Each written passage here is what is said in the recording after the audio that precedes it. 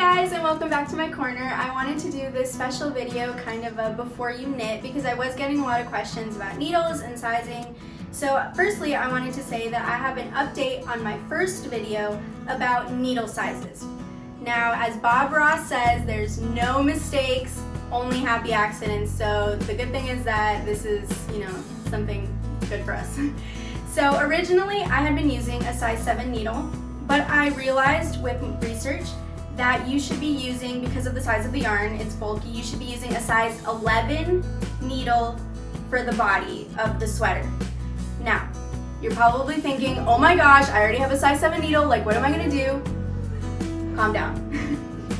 You are gonna need a size 7 needle, but that will come later when we make the cuffs and the collar of the sweater. So you will be needing both the size 11 and the size 7. Now on to another question that I've been getting was about sizing of squares. Now the original J.W. Anderson pattern says that you should be doing 18 stitches and then you should knit until you get to 5.5.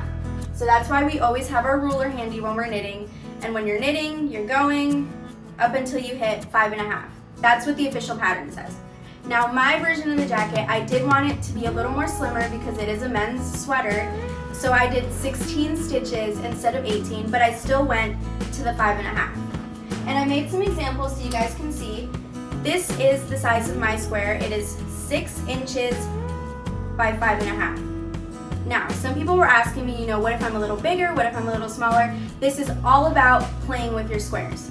So basically what you can take is a paper and you can cut out your square and kind of put it against yourself and be like, okay, if I'm doing 3 rows, okay, that will fit around my waist, or if you need them to be slightly larger, slightly smaller. It's all about what you want your sweater to look like. So what I did was I cut out some squares.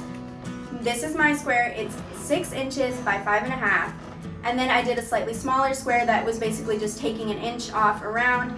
So it's 5 inches by 4.5 inches. And I did the same thing with a larger square. I just added an inch, so it's 7 inches by 6.5 inches. Now you can start by cutting out either, referencing from my square as a starting point or referencing from the original pattern as a starting point, and basically just my recommendation is either taking off an inch or adding an inch, whatever you need to get the square that you want.